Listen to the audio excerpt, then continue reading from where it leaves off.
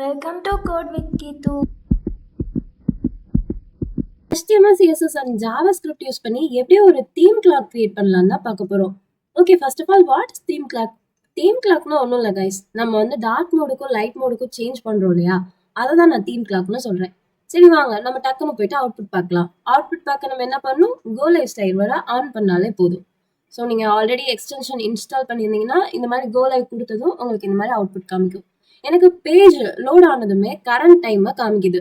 இப்போ நான் மோட் மாத்துறேன், லைட் மோட் மாத்துறப்ப எனக்கு லைட் கலர் வருது. தென் அகைன் டார்க் மோட் மாத்துறப்ப டார்க் கலர் வருது. ஓகே, இந்த மாதிரி ஒரு அமேசிங்கான கிளாக்கை எப்படி செய்யலாம்னு பார்க்கலாம். HTML, CSS and JavaScript use பண்ணி. ஓகே வாங்க நம்ம டக்குன்னு கோடிங் பார்ட்டுக்குள்ள போயிடலாம். இதுல பாத்தீங்கன்னா HTML டேக்குள்ள தான் நம்ம எல்லா கண்டென்ட்டுமே எழுதியிருக்கோம். எப்பவுமே நம்ம அப்படிதான் HTML ஸ்ட்ரக்சர் பண்ணுவோம். அதுல ஹெட் யூஸ் பண்ணியிருக்கோம், பாடி யூஸ் பண்றோம். ஹெட்ல மெட்டாடேட்டா, லிங்க், டைட்டில் இது 3 விஷயத்த நம்ம கொடுக்கலாம். லிங்க்ல நீங்க எந்த மாதிரி லிங்க், பூட் ஸ்ட்ராப் யூஸ் பண்றீங்கன்னா அதோட லிங்க், டெய்ல்வின் CSS யூஸ் பண்றீங்கன்னா அதோட லிங்க், அந்த மாதிரி எல்லா லிங்கையுமே நீங்க இங்க ஹெட்டுக்குள்ள தான் கொடுக்கணும். பாடியில நம்ம பேஜ்ல என்னென்னலாம் டிஸ்பிளே ஆகணும்னு நினைக்கிறோமோ அதுக்கான டேட்டா எல்லாமே நம்ம இங்க தான் எழுத போறோம். நான் ஃபர்ஸ்ட் ஒரு பட்டன் டிக்ளேர் பண்ணியிருக்கேன். இதுல வந்து டார்க் மோட் அப்படின்னு சொல்லிட்டு டிஃபால்ட்டா ஒரு மோட் வச்சுட்டேன். அண்ட் தென் இந்த டிவ் தான் வந்து எனக்கு கிளாக்கா ஒர்க் ஆகுது. இதுல வந்து நான் என்னோட ஹாரோட நீடில், அதுக்கடுத்து மினிட்ஸோடது, செகண்ட்ஸோடது, அப்புறம் சென்டர் பாயிண்ட், இது 3ஐயுமே டிக்ளேர் பண்ணியிருக்கேன். அண்ட் தென் இங்க எனக்கு டே டு டைமும் காமிக்கிறதுக்காக 2 டிவ் வந்து டிக்ளேர் பண்ணியிருக்கேன். அண்ட் லாஸ்டா ஸ்கிரிப்டை வந்து இங்க நம்ம லிங்க் பண்ணியாச்சு. சோர்ஸ் இஸ் ஈக்குவல் டு நம்ம ஸ்கிரிப்ட் ஃபைல் கொடுத்தோம்னா இந்த மாதிரி லிங்க் ஆயிடும். ஓகே, நம்ம CSS பார்க்கலாம். இதுதான் நம்ம கிளாக்குக்கான CSS ஃபுல்லா இங்கே தான் எழுதியிருக்கோம். ஸோ இந்த CSS நம்ம யூஸ் பண்றதுனால தான் நமக்கு கிளாக் வந்து கரெக்டான ஷேப்ல வருது. ஸோ இது எனக்கு கர்சர் பாயிண்டரா மாறணும்னா நான் அங்கே கர்சர் கொடுத்துருக்கேன். பாயிண்டர்ல வந்து நம்ம கர்சர்ல வந்து வேல்யூ பாயிண்டர்னு கொடுத்தோம்னா இந்த மாதிரி நமக்கு அவுட்புட்ல காமிக்கிறேன். நான் இங்க போகும்போது பாயிண்டர் மாறுது இல்லையா, இந்த மாதிரி மாறணும் அப்படின்னு நினைச்சீங்கன்னா நீங்க கர்சர்ல பாயிண்டர்னு கொடுக்கணும். டோகிள்ல கரெக்டா கொடுத்தனால அங்க மாறி இருக்கு.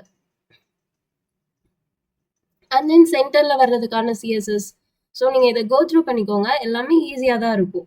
நமக்கு இதுல முக்கியமா யூஸ் பண்ணது என்னன்னா டிரான்ஸ்ஃபார்ம் தான் யூஸ் பண்ணிருக்கோம். இந்த டிரான்ஸ்ஃபார்ம்னால தான் டிரான்ஸ்லேட்டும் அண்ட் தென் ரொட்டேட்டும் தான் வந்து நமக்கு டிகிரிஸை வந்து மென்ஷன் பண்ணி நம்மளோட லைனை வந்து அந்த டிகிரிஸ்க்கு ஏற்ற மாதிரி டேர்ன் பண்ணுது. ஓகே, இப்போ வாங்க நம்ம JS பார்ட்குள்ள போகலாம். ஓகே, இப்போ நம்ம அங்கே டிக்ளேர் பண்ண எல்லாத்தையுமே இங்கே எடுத்துட்டோம். இந்த டிவ்ல வந்து நான் டிக்ளேர் பண்ணியிருக்கேன் இல்லையா, கிளாஸ் யூஸ் பண்ணி, அது எல்லாத்தையுமே வந்து நான் இங்கே கொரி செலக்டர் யூஸ் பண்ணி கெட் பண்ணி இந்த வேரியபிளில் ஸ்டோர் பண்ணிக்கிறேன். Hours, minute, and then second, time, date, toggle எல்லாத்தையுமே நான் எடுத்து சேவ் பண்ணியாச்சு. பண்ண பின்ன கான்ஸ்ட்ல நான் ஒரு லிஸ்ட் போடுறேன். இதுல வந்து எனக்கு எல்லா டேவுமே வேணும். Saturday, Sunday, Monday, Tuesday, Wednesday எல்லாமே வந்து எனக்கு வேணும். ஸோ அதை ஸ்டோர் பண்ணியாச்சு. மந்த்ஸ்க்கான லிஸ்ட் இது. ஜான்வரி, பிப்ரவரி எல்லாமே எனக்கு வேணும். ஸோ நான் அதை கெட் பண்ணிக்கிட்டேன். தென் இங்க நமக்கு ஒன்ஸ் அவங்க டோகிள் கிளிக் பண்றப்பதான் வந்து நீங்க அவுட்புட் பாத்தீங்கன்னா நான் இங்க டோகிளை கிளிக் பண்றப்பதான் எனக்கு இங்க கலர்ஸ் வந்து சேஞ்ச் ஆகுது.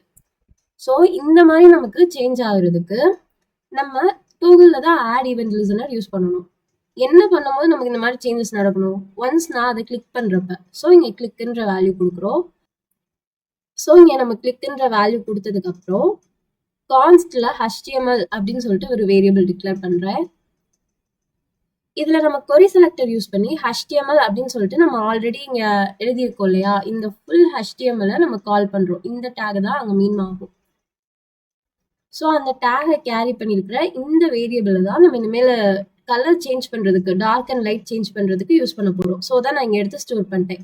இஃப் HTML கிளாஸ் லிஸ்ட்டில் வந்து ஆல்ரெடி வந்து டார்க் அப்படின்ற வேல்யூ கண்டெயின் ஆகிருந்துச்சு அப்படின்னா, கிளாஸ் லிஸ்ட் கண்டெயின்ஸ்னால் ஆல்ரெடி இதில் டார்க்ன்ற கிளாஸ் நேம் வந்து கண்டெயின் ஆகி இருக்கு அப்படின்னா நான் என்ன பண்ணணும்னா அதை ரிமூவ் பண்ணணும். So class list dot remove கொடுக்குறப்ப இந்த கிளாஸ்ல இருக்கிற CSS நம்ம வந்து கிளாஸ் எதுக்காக யூஸ் பண்ணுவோம், நமக்கு தேவையான CSS ஆட் பண்றதுக்காக தானே யூஸ் பண்ணுவோம். ஸோ அந்த CSS வந்து இங்க இருந்து உங்களுக்கு ரிமூவ் ஆயிடும். அண்ட் தென் அது ரிமூவ் ஆனதுக்கு அப்புறம் நமக்கு இங்க என்ன பண்ணணும்னா நம்மளோட இன்னர் HTML அந்த டோகிள் அப்படின்ற divல இருக்கிற இன்னர் HTML டெக்ஸ்ட்ல வந்து என்ன பண்றோம்னா டார்க் மோட் அப்படின்னு சொல்லி சேஞ்ச் பண்ணிடுறோம். ஸோ நீங்க அவுட்புட்ல பாத்தீங்கன்னா உங்களுக்கு புரியும். நான் இங்க கிளிக் பண்ண பின்னா டெக்ஸ்டும் சேஞ்ச் ஆகுது, டார்க் மோடுன்னு சேஞ்ச் ஆகுது, இங்க திரும்ப லைட் மோட் அப்படின்னு சொல்லி சேஞ்ச் ஆகுது. ஸோ இந்த மாதிரி டெக்ஸ்ட்டை சேஞ்ச் பண்றதுக்காக தான் இங்க நம்ம இன்னர் HTML யூஸ் பண்றோம். அப்படி இல்லை ஆல்ரெடி வந்து எனக்கு டார்க் கண்டெயின் ஆகல அப்படின்றப்ப என்ன பண்ணணும்னா எல்ஸ் பார்ட் வந்துடும். இதுல நம்ம டார்க்கை ஆட் பண்றோம். ஸோ JavaScript இல்லையா நம்ம HTML-ல ஏதாவது ஒரு ஸ்டைல்ஸ் ஆட் பண்ணணும் அப்படின்னா இந்த மாதிரி தான் கிளாஸ் லிஸ்ட் டாட் ஆட் வந்து நம்ம கொடுக்கணும். ஓகேவா, இதுதான் வந்து நமக்கு கலர் சேஞ்ச் ஆகுறதுக்கு dark and light. And then இந்த ஃபங்க்ஷன் நம்ம எதுக்காக எழுதியிருக்கோம் அப்படின்னா ஃபர்ஸ்ட் இந்த ஃபங்க்ஷனை நம்ம டிஃபால்ட்டாக கால் பண்ணியிருப்போம். அப்படி கால் பண்ணியிருக்கனால தான் ஒன்ஸ் நான் வந்து ப்ராஜெக்டை ஓப்பன் பண்ணி ரன் பண்ண ஆரம்பிச்சதுமே வந்து எனக்கு கரண்ட் டைமை வந்து காமிக்குது. ஸோ இதை நான் கொடுக்கல அப்படின்னா எனக்கு அந்த மாதிரி கரண்ட் டைம் வர்றதுக்கு கொஞ்சம் டைம் எடுக்கும். பிகாஸ் நான் இங்கே வந்து செட் இன்டர்வலில் 1 செகண்ட் கொடுத்துருக்கேன். So it's delay for 1 second. இது வந்து 1000 அப்படின்றது மில்லி செகண்ட்ஸ். ஓகேவா, ஸோ 1000 மில்லி செகண்ட்ஸ்ன்றது தான் நமக்கு 1 செகண்ட். ஸோ 1 செகண்ட் டைம் எடுக்குது. ஓகே, இந்த ஃபங்க்ஷனை நம்ம கால் பண்ணியிருக்கோம்னு பார்த்தாச்சு. இதில் நம்ம என்ன எழுதியிருக்கோம் அப்படின்னா டேட்ன்ற ஒரு ஆப்ஜெக்ட் இருக்கு. இதை யூஸ் பண்ணி நம்ம வந்து ரியல் டைம் டேட்டாஸ் எல்லாம் கெட் பண்ணிக்கலாம். ஸோ இது நமக்கு JavaScriptல ஆல்ரெடி இருக்கிற டிஃபால்ட் பேக்கேஜ் மாதிரி தான். ஸோ நான் இதை வந்து நியூ கொடுத்து இங்கே ஒரு வேரியபிளில் ஸ்டோர் பண்ணியிருக்கேன். ஸோ இப்படி அசைன் பண்ணியிருக்கனால இந்த டைமை யூஸ் பண்ணி நம்ம இந்த டேட்டில் ஆல்ரெடி ப்ரீடிஃபைன்டாக அவங்க நிறைய மெத்தட்ஸ் வந்து எழுதியிருப்பாங்க. அந்த மெத்தட்ஸ் எல்லாம் நம்ம ஆக்சஸ் பண்ணிக்க முடியும். ஓகேவா, ஸோ அப்படி ஆக்சஸ் பண்ணுறதுல இருக்கிற மெத்தட் தான் கெட் மெத்தட். இந்த கெட் மந்த் அப்படின்ற இந்த மெத்தடை யூஸ் பண்ணுறதுனால எனக்கு கரண்ட் மந்த் கிடைக்கும், கரண்ட் டேட் கிடைக்கும். இங்கே வந்து கரண்ட் டே, கரண்ட் டேட் எல்லாமே வந்து எனக்கு கிடைக்கும். தென் கெட் ஹவர் யூஸ் பண்ணுறதுனால எனக்கு கரண்ட் ஹவர், இந்த இப்போ என்ன டைம் அப்படின்றதும் கிடைக்கும். அண்ட் தென் இங்கே எனக்கு 24 ஹார்ஸ் ஃபார்மெட்டில் கிடைக்கும். நான் அதை வந்து 12 ஹார்ஸ் ஃபார்மெட்டில் மாற்ற போகிறேன். ஸோ அப்படி மாற்றுறதுக்காக ஹார்ஸ் இப்போ வந்து எனக்கு கிரேட்டர் தென் 13 இருந்துச்சு அப்படின்னா எனக்கு அதை வந்து 12ஆல் டிவைட் பண்ணி அந்த வேல்யூவை எனக்கு ஷோ பண்ணால் போதும். தென் மினிட்ஸுக்கும் அதே மாதிரி தான் கெட் மினிட்ஸ் வாங்கிக்கிறேன், செகண்ட்ஸுக்கும் அதே மாதிரி வாங்கிக்கிறேன். இப்போ சப்போஸ் ஹார்ஸ் வந்து எனக்கு 12 விட கிரேட்டர் தானே இருக்கு அப்படின்ற டைம்ல நான் என்ன பண்றேன்னா அதை வந்து பிஎம்ஆ இல்லை ஏஎம்ஆ அப்படின்னு சொல்லி நான் டிக்ளேர் பண்றேன். கிரேட்டர் தானே இருக்கிறப்ப பிஎம், சப்போஸ் லெஸ் தானா மாறிடுச்சு அப்படின்னா ஏஎம்க்கு எனக்கு வந்துடும்.